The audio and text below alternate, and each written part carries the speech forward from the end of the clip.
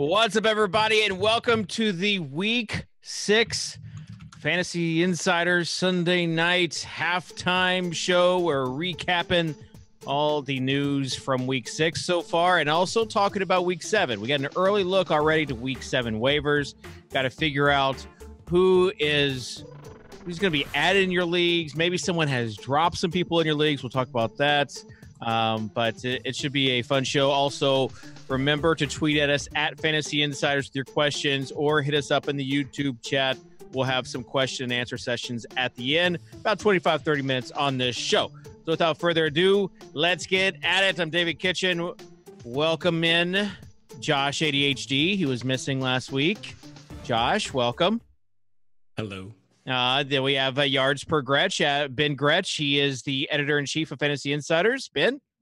What's up? And Jeff Johnson, the co-host of the Fantasy Insiders show on SiriusXM, Fantasy Sports Radio. Jeff? No? You just like really mad? I am irate, David. Irate. Why are you irate? And we've got to take care of this on the air. Did you hear what some people were saying about us on Twitter?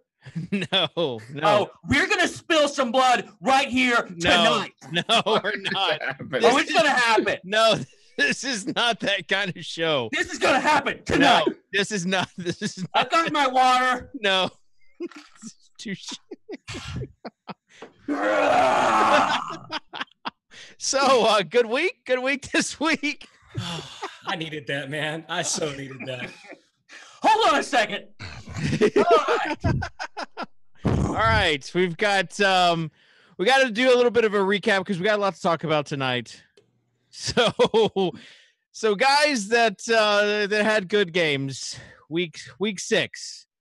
Ben, who is the guy that you feel like had a really good game and it is what we kind of thought it was? I'll go to the Bears first. Obviously, they lost to the Dolphins. Disappointing for them. But the two guys that were really interesting for me, Tariq Cohen, before their bye, obviously, everything is so obvious. Obviously. Had 18 touches in the first half of their big win against the Bucs before their bye, and Howard only had 3.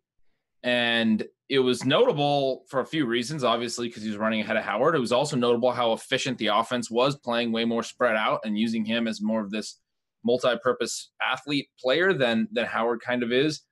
And Mitch Trubisky threw 5 touchdowns in that first half, and he had thrown 9 over his first 15 starts of his career. So it was a huge kind of a breakthrough game. And so, we talked a little bit over the bye week, over the last couple of weeks, that it could have been concerning for Howard going forward. And then today we saw a lot more of Tariq Cohen, and we continued to see him be a pretty central part of their offense and see how it changes their offense when he's in there. It's not that Howard necessarily had a bad game. He was pretty efficient while running. He had a fumble, pretty costly fumble. He did. But Cohen is just Ben, when you fumble the one, is that considered a good game? No, that's a bad thing. Okay. That's obviously. Just Kenyon Drake owners also curious. Also want to throw in Taylor Gabriel. Continues to be their second best weapon in the passing game. I know Trey Burton scored, but Gabriel is a legitimate wide receiver too. You probably want to play the matchups a little bit because there's probably going to be games where Mitch Trubisky doesn't throw for 300 yards, but Gabriel's still not getting enough love. He was 4,300 on DraftKings this week, and no one was still talking about him. I played him in a few lineups. He's a legitimate number 2, seeing air yards, seeing targets, and he deserves more respect than he's getting. Yeah, I played him in some lineups as well. Also benched him in our home league in favor of Jordy Nelson. That didn't work out, but I think we're seeing right now, because Tyler Boyd had another huge game as well. I think we're seeing these number 2 wide receivers, these new number 2 wide receivers that are now like wide receiver 3s in your leagues. And I'm talking about Taylor Gabriel, Tyler Boyd. Like, it's going to be really tough unless you're in a really shallow league to sit these guys now, because they're getting the targets. You can't sit Boyd. You're not sitting Boyd for anything. Right. Like, you better have some elite players if you're sitting him. Right. Just imagine how hot your brand would be, Ben, if you. I know we've talked about this, John. No, I know. But after every good Boyd week, I just want to continue to rub it in just a little bit more. All right. Josh, you're the stats guy. Tell me about Frank Gore and why he continues to be a thing. My guess is that they trust his durability, and he fits in with what the Dolphins like to do, which is play slow, kill the clock, and try to take the ball out of the other team's hand. He's good for that. He's 3 yards in a cloud of dust is what Adam Gase apparently likes to do. Today, he had to kind of ramp it up because they were way behind in the second half, and it worked out for him. But, it looks like they don't think Drake is a full-time back. I mean, they told us that last season, and they're telling that to us again this season. They think he's Lamar Miller. Especially after that fumble at the 1. And Lamar Miller also not in goal line on opportunities, just big swing and a miss there. I think the story, Jeff, is like these first-round backs, other than Le'Veon Bell, and I mean, even David Johnson had a good game today, right? Like he ended up getting there. But you take a look at Saquon Barkley had 40.9 PPR points. Todd Gurley, 39.5. Melvin Gordon, 38. Your top 3 scorers of the week, just crushing it. Sure. Zeke had 24 carries for 106 yards and a touchdown. Zeke and David Johnson both kind of got there at the very end. Yeah, they got there. The points are all that matters. Right. I'm a David Johnson owner in several leagues, so believe me, I'm watching every single rush. But yes, you're exactly right. Those first-round running backs really hit today. And I mean, as far as usage goes, Todd Gurley getting 28 carries. This is a game where the Rams only scored 23 points. So if you just looked at it at face value, you might think it's a down game for Todd Gurley, but he's matchup proof. And even in a down game when they're not scoring as many points as you're used to getting from them, Todd Gurley is obviously the center of attention. Same goes for Ezekiel Elliott. This was a game where the Cowboys absolutely they proved that defenses don't matter, right? The Jags come in with that heavy, that stout defense, and Dallas just runs all over the Jaguars today. And Ezekiel Elliott only got there at the end with 24 carries, 106 yards. But you're absolutely right, David. It's these first-round running backs that they're really proving to be worthwhile of that first-round value. Of course. If you want to take a look at the wide receivers, you could say the same thing for a lot of them as well. I mean, Antonio Brown went over 100 yards and had a touchdown. Yeah, talk about someone who got there at the very end. He had 1 target, 1 catch at halftime. That game-winning touchdown was huge, speaking on behalf of Antonio Brown owners like myself. All right, so we've had this John Brown and Michael Crabtree debate, and so far it's been Michael Crabtree that's been on the losing end of that. He hadn't gone over 60 yards in a bunch of games in a row. Today he did. John Brown didn't. It also wasn't a game that they really needed to have John Brown because the Titans defense or the Titans offense was putrid. They allowed 11 sacks. 11 sacks, which, Ben, you were saying was like a record? It was, the NFL research tweeted out, as a ratio of sack percentage relative to pass attempts, it was the second most in NFL history, behind a Packers game in the 60s. So basically Crabtree was a guy that came back and really had a very nice game. John Brown, I saw him over on the sidelines a bunch. So I'm anxious to see kind of his snaps as well. They just did not need him. And then another bust, Ben, you put this on here, Devontae Parker. And I wasn't going to mention it, but I'm only mentioning it because Albert Wilson had 36 points today. 36. So last time Parker played, he came back for that one game, and then he was out again. He played a really significant snap share, and Albert Wilson's snaps dipped to below 25%. And that was week 3. Weeks 1 and 2, Wilson's snaps were about 50%. And then after Parker left the lineup again, Wilson's snaps have jumped back up the last couple of weeks. Last week, he was almost playing a full snap share. And so I think it's really notable that Parker came back, and this time around, Wilson was very, very active. 9 targets, 6 catches, 155 yards, 2 touchdowns. I think Albert Wilson could definitely be someone that should be a top waiver. Easy. Yeah. We're not to the waiver part of this. All right. Calm down. He's amped, dude. Give him a break. Oh, geez. Amped up for Albert. So much to talk about. It's a Matt Harmon bird alert. Oh, man. So the injuries today, really just 2 key injuries. Amari Cooper had a concussion first quarter, didn't get anything after that. Cooper Kupp also hurt his leg, attempted to come back, but nothing from him. So you get 0 points out of both those guys. That thoroughly hurts owners today. So sorry about that, guys. As far as storylines, we mentioned the Tennessee offense. Dallas, their offense was the opposite. They're getting Cole Beasley involved. Zeke didn't get his touchdown until late. Dak was rushing, getting Michael Gallup involved. Josh, what's your take on this Cowboys offense after today? Yeah, so what I thought happened today, the bit of the Dallas game that I watched is that they totally moved the cheese on Jacksonville. And Jacksonville probably came into the game expecting Dallas to do X, Y, and Z, and Dallas did something different, like that they've never done before, which maybe is maybe like W or something.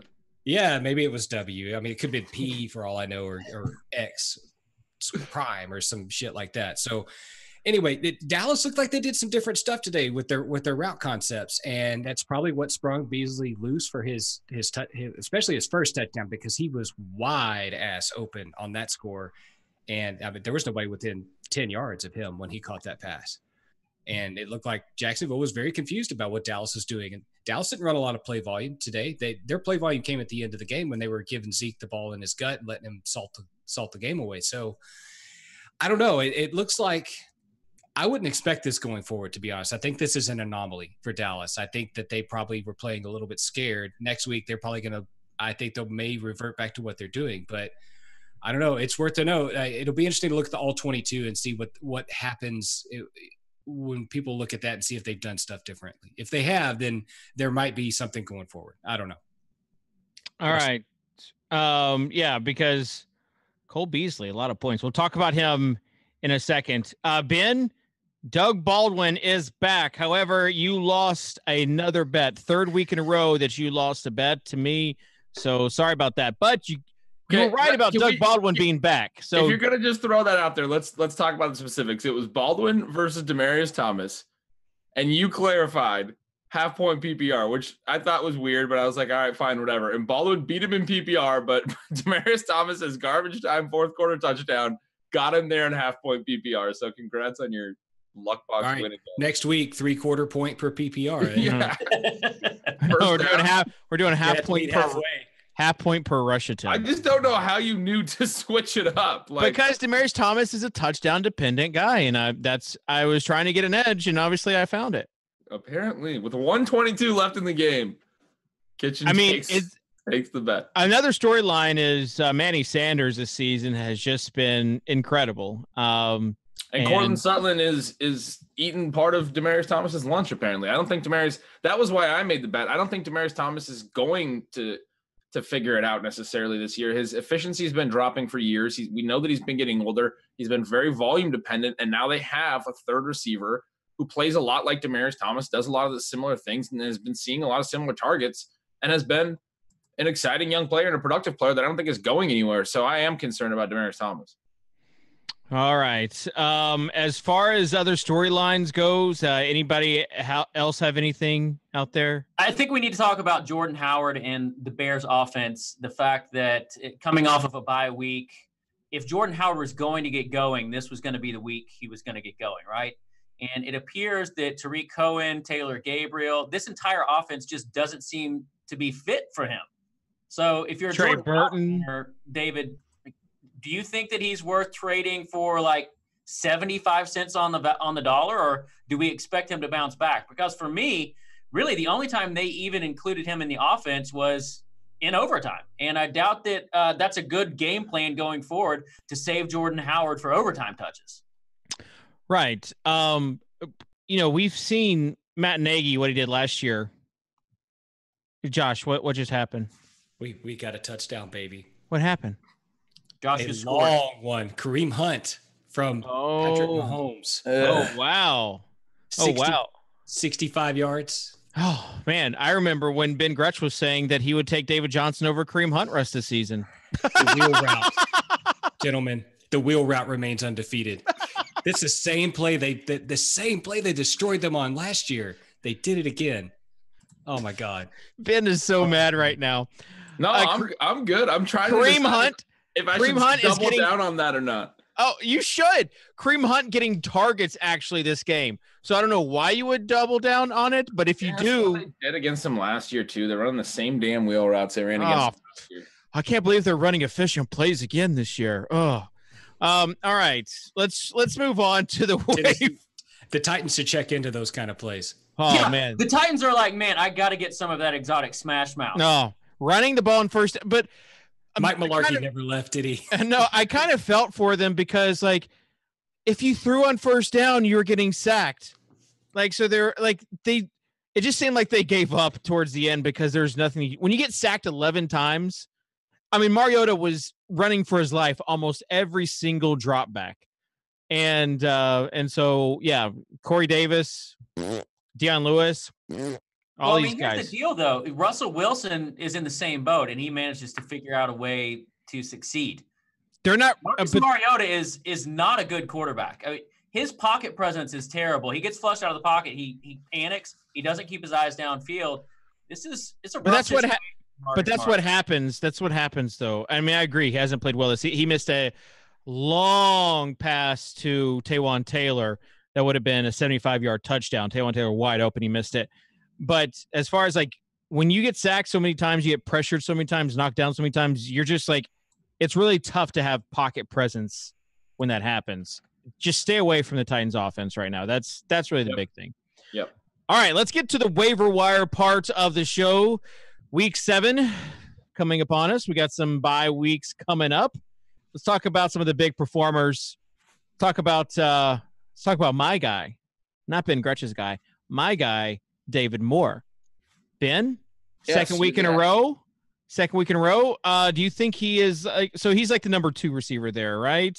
Or maybe number 3 after Lockett? 3. Yeah, but Baldwin plays the slot. He's the other outside receiver right now, or at least he was last week. He ran routes last week on 16 of Russell Wilson's 23 dropbacks. Brandon Marshall and Jerron Brown combined for 7. So they've been relegated to like, more spot duty. And then today, Moore only got 3 targets again today. But he scored again, and he had 32% of the air yards, which Doug Baldwin led the team with 57%. So the two of them combined for almost 90% of the team's air yards today. Tyler Lockett had four targets, but only 4 air yards. A lot of short area targets. So Moore's the guy that's getting plenty of run. I mean, I'll be excited to see the snap share and the route share that he played and ran today, but definitely a promising couple weeks and somebody that looks like he's going to be a big part of their offense going forward. Well, Jerron Brown caught the first touchdown pass from Russell Wilson. Right. So. That was his only target of the game, though. So it was a short TD, and then Moore caught one later, and Moore was out there significantly more. Yeah, we'll see. That would be my concern going forward. I like David Moore. I'm with David, Team David, and David Moore with Kitchen over there. But that was more. What was that? It wasn't a. No, it's like a following through with it. Yeah, it just seemed to me that David Moore was more the second half guy in that offense, right? Like he was getting plenty of run but by the point he was getting all the run, it was in the second half when the game was already out of control. So that would be what I want to look at. Yeah, that's worth looking at, but that wasn't the case last week because last week he ran routes on almost like on a really high percentage of the dropbacks throughout the game.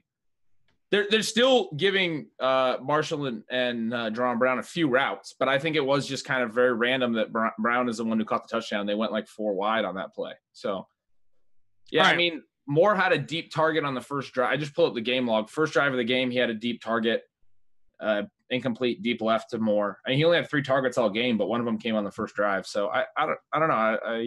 I think we're going to be all right here. I think he's been playing enough to be interesting. Would you rather have David Moore or Albert Wilson going forward? I'll take Moore. I think he's more established, but I don't know. Albert Wilson obviously had a monster game today, but it was pretty efficient. 2 long touchdowns.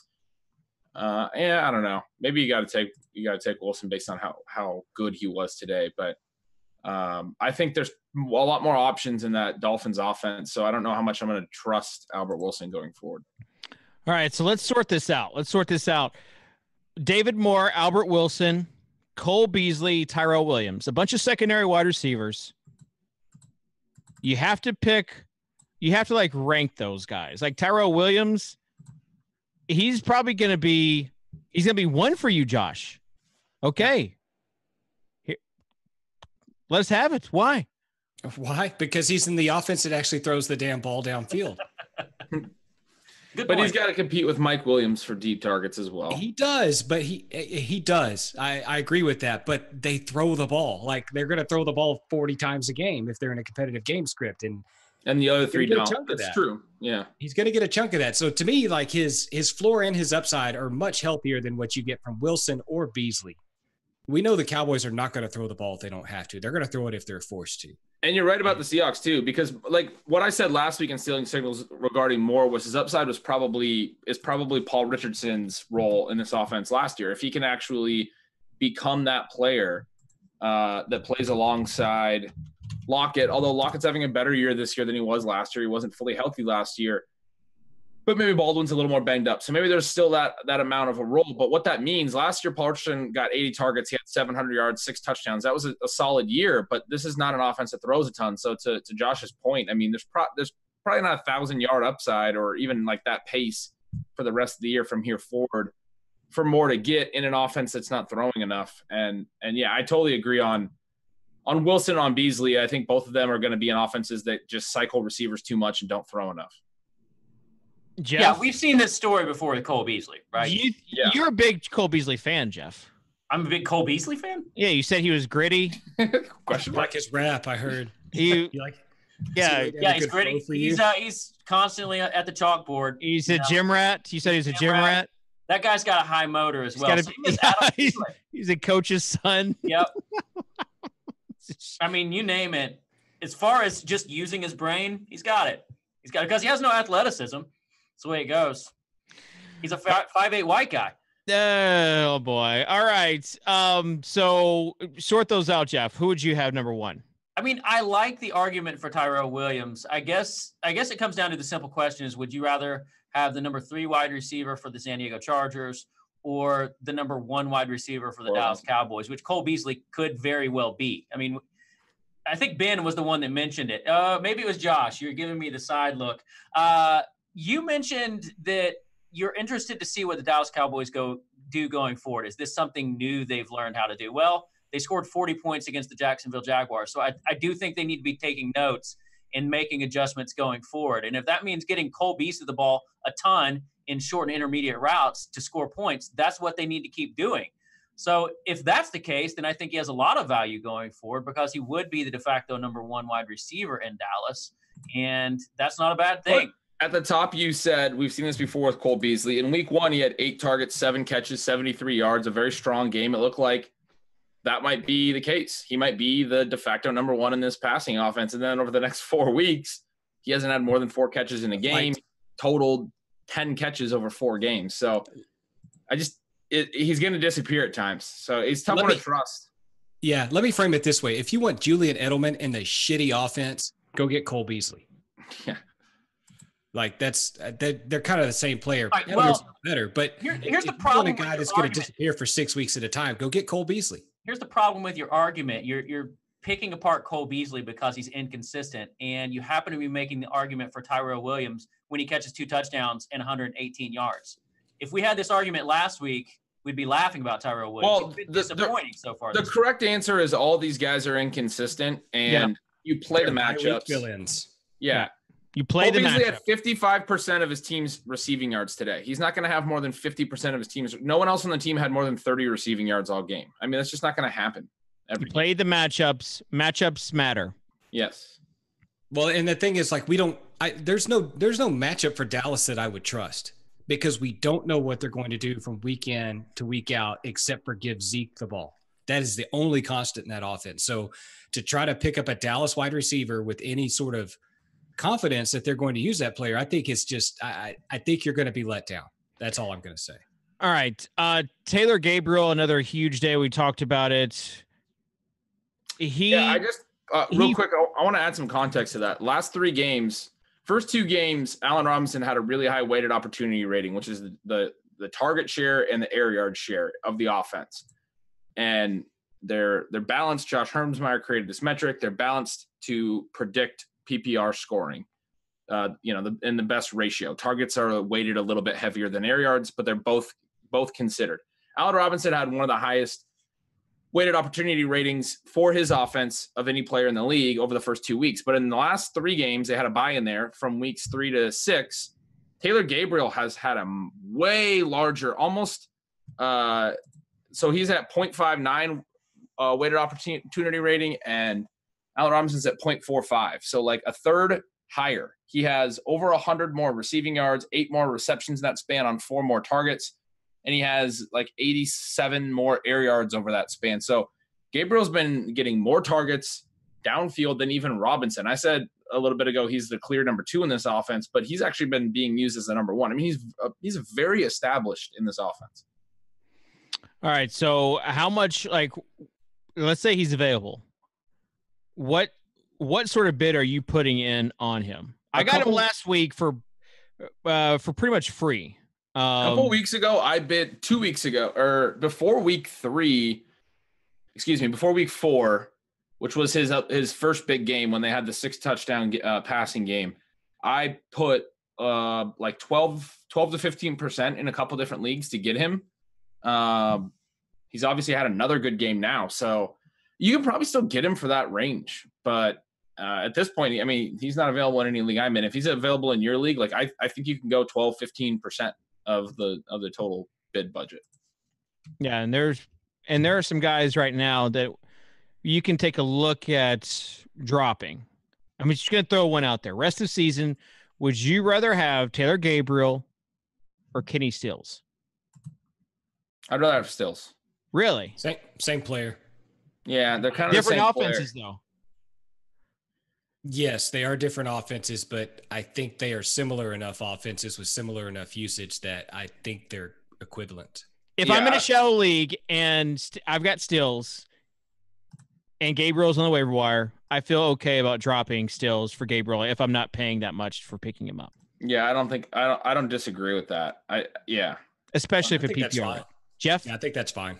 I mean, I'm trying to think of a league where Kenny Stills is my worst wide receiver, though. I guess if you're in a shallow league, and when I said I'd rather have Stills, I guess what I was trying to say is I don't know that I'd want to cut Stills to pick up. I would want to hang on to him as well. You should probably find someone else to cut. That's the league that Taylor Gabriel is in. To be honest, that's true. Yeah. The league that Taylor Gabriel is still available in is a league that has Kenny Stills. Yeah, it's a 10-team league, or a bad 12-team. So then maybe you make that move right now because you're playing the hot hand. Gabriel's playing well right now. Exactly. Scheming the guy targets. And like that's the main thing we need to think about here for Gabriel is they are scheming him specific plays every single game to get him the ball in space. Kenny Stills did have a nice catch today off another guy's helmet. Yes, that's true. Does that count as a target for Kenny Stills? I don't know. I guess it does for Brock Osweiler. Yeah, it does for Brock. That's within his range of targeting. Here's the reason why I like Taylor Gabriel. It's because of Matt Nagy, who's just come over from Kansas City, and he's working with some pretty special athletes in Kansas City. So Taylor Gabriel doesn't quite fit the bill of a Tyreek Hill, but I imagine when Matt Nagy looks at the film, he sees a mini version of Tyreek Hill. So he's doing a good job of using his creativity to get Taylor Gabriel the ball. And I think that this season, the offense is going to continue to evolve. And I think we're only seeing the beginning of Taylor Gabriel, not the end. Like, this is not the end game for him. So I think that his role in the offense is going to continue to evolve. Same thing goes with Tariq Cohen, which is the reason why I'm so scared of Jordan Howard right now. So for me, as much as I love Kenny Stills, I would rather have Taylor Gabriel rest of season. All right. Yeah, that's fair. As far I'm as walking back from that take pretty quickly. Surprised you want to bet on it first. Get it? Because you're so bad at bets versus me. Bad is not a way to describe you winning 3. Really I don't know. What's 0-3? What's 0-3? It's like Jeff saying the Colts aren't bad and they're 1-5. I call that variance. No, it's not variance, Josh. Total. I mean, he's won 2 of them by less than a point. Okay. All right. So skill matters. David's all about the small sample size, if you know what I'm saying. He must be setting good lines. That's all I can say. Right. All right. Well, let's talk about injury replacements. Let's say that Cooper Kupp is out for multiple weeks. Josh Reynolds, does that interest you at all, even with Cooks and Woods there, Jeff? It interests me, yes, because like we've seen, basically there are 3 wide receivers in that offense, and they don't use the tight end very much in LA. So I think whoever that wide receiver is going to step in and fill the void does have a role. Now, clearly, it would be a bunch of Brandon Cooks and Robert Woods. So from that perspective, maybe I wouldn't be that excited about Josh Reynolds, but somebody has to step in and be that number 3 wide receiver, because it just seems to be that's the way the offense is going there in LA. So yeah, I'm interested in him, but I'm not expecting much from him. I might take a flyer on him, and if I have to plug and play him in a bye week, sure. But other than that, I'm not crazy about Josh Reynolds. The tricky thing is Reynolds is, I think, more of an outside receiver. Cup is a slot guy. I wonder how they would make that work, whether they would move Woods and Cooks inside. Yeah. So they might go to someone else on their depth chart as their slot replacement. Who knows? But it interests me as well for the same reasons that Jeff said. All right. Greg Olsen back today. He had 7 targets, 4 catches, 48 yards.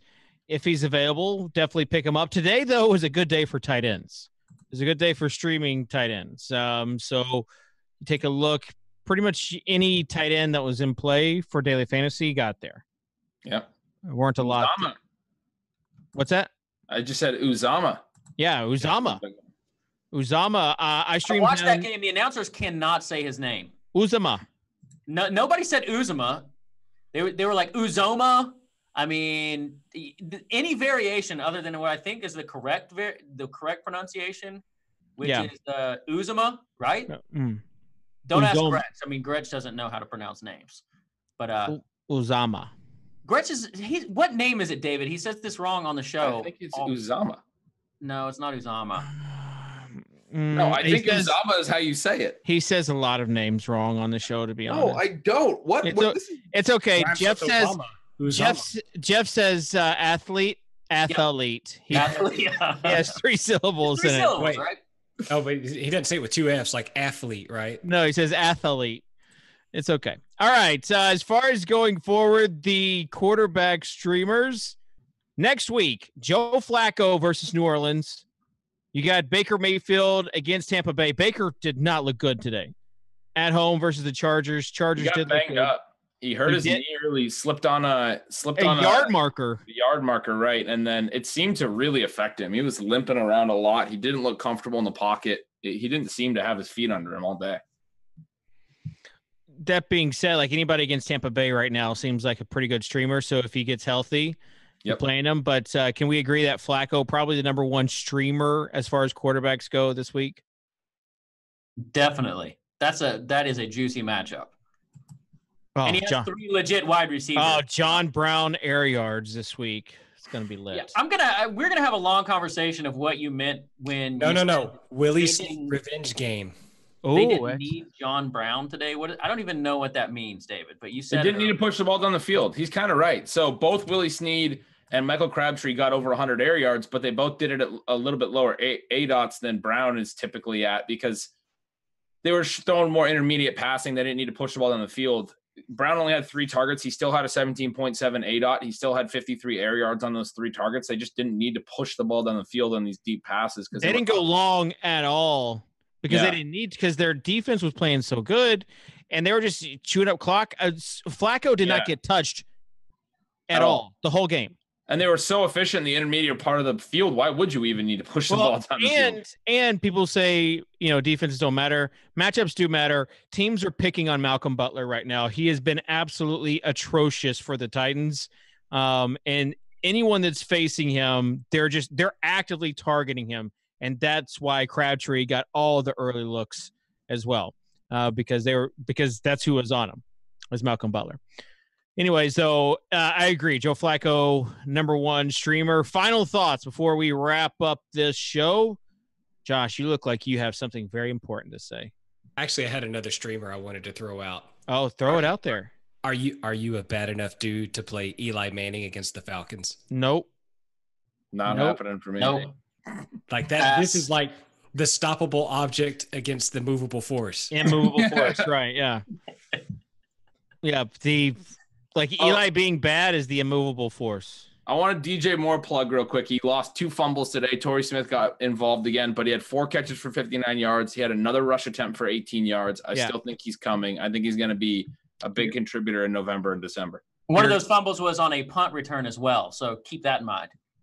It still counts as a fumble, but right. Yeah. Always good to promote someone that had not 1 but 2 fumbles on the day and lost them both.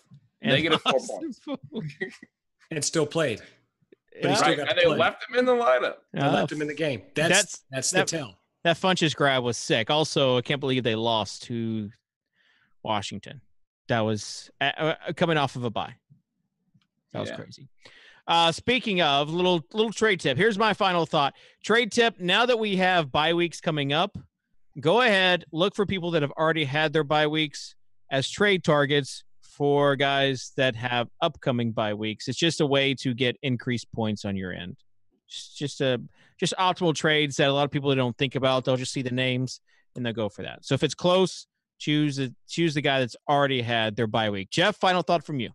I'm going to continue my Andrew Luck victory lap. 301 yards, 4 touchdowns today. Only 3 interceptions.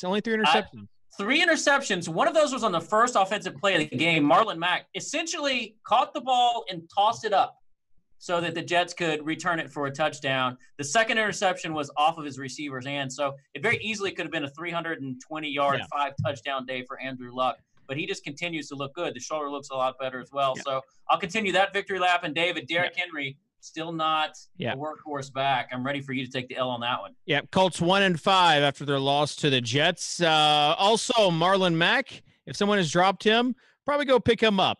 12 carries, 89 yards. That was very tilting that Nyheim Hines has been playing very well, but Mac's been in the driver's seat after today. Robert Turbin also 4 carries, but he got hurt. Yeah. So and he fumbled. Well, what does that matter? And he's Robert Turbin. Yeah. And his nickname's Turbo Bob. He's strong though. Very strong. Chester Rogers did get there at the end, by the way, for Indy. I think anyone that plays Indy right now, though, they're going to be a streaming option. When the Jets put 42 points on you, So they've got. That's a good thing for the offensive players in Indy because they're going to get volume. I agree. The Bills, that's who has Indy next. So maybe not stream them. But after that, yeah, sure. Let's look at streaming them. Ben, final thought from you? Good stuff. Don't sweat John Brown. Don't sweat John Brown. All right. Josh. Follow me for cash game plays. No, don't do that. Josh, we got to talk about your cash game plays, bro. No, we don't. Not Josh, right do you think that you are a GPP player? I think I am. I think I'm somewhere in between, to be honest. It's like Ben Pritchett. And it's not a good place to be on draft. It's a terrible place. Ben Pritchett was one of the co-founders of Fantasy Insiders, and everybody, even the highest stake players, people that would have 6 digits in play on a weekend, would follow him for his advice and his research. Ben could never put together a cash game lineup because it's a skill. He was always thinking outside the box. He just does not go with the crowd. So all of his lineups, there are always GPP lineups. But anyways, next week, a new week. That's what's great about it. Also, we got NBA starting this upcoming week as well. So if you want to play some daily, hop on over to rotogrinders.com. If you want to get the inside edge on your Fantasy Insiders or on your teams, join Fantasy Insiders. We got some premium stats there. Also, we've got Stealing Signals, new format. People liked it last week. We're just gonna go with it. So on behalf of Josh, on behalf of Ben, on behalf of Jeff, even Jeff, we'll see you guys later. By the way, oh hey, yes, yeah, go for it, Dave. No, we'll see you later. But we have 2 people talking. No, I was gonna say, wait, fanball.com. I want to talk about fanball.com/insiders will get you $20 off on a $20 deposit or $20 bonus on a $20 deposit. The auctions on Fanball. So if you're familiar with Fanball auctions, they came out like the past week. If you're not familiar, they are just crazy, fast-paced, 6-person auctions that it's pretty intense. There's like 4 guys nominated at one time, and it's a very fun game. It's by far the funnest game you'll play as far as a weekly format. Yeah, I'll be hopping in a few this week. I did a few this last week, and it was so much fun. I love auction format. It's fun. It's intense. And the thing I like about these auction drafts and snake drafts is that it prepares you for the upcoming week as well. So fanball.com/insiders, you'll get $20 deposit bonus on a $20 deposit. Sound good? Sounds great. All right. We'll see you next week, week 7 on the Fantasy Insiders Sunday night halftime show. We're talking about the waiver wires and the recap of the previous week. We'll see you later.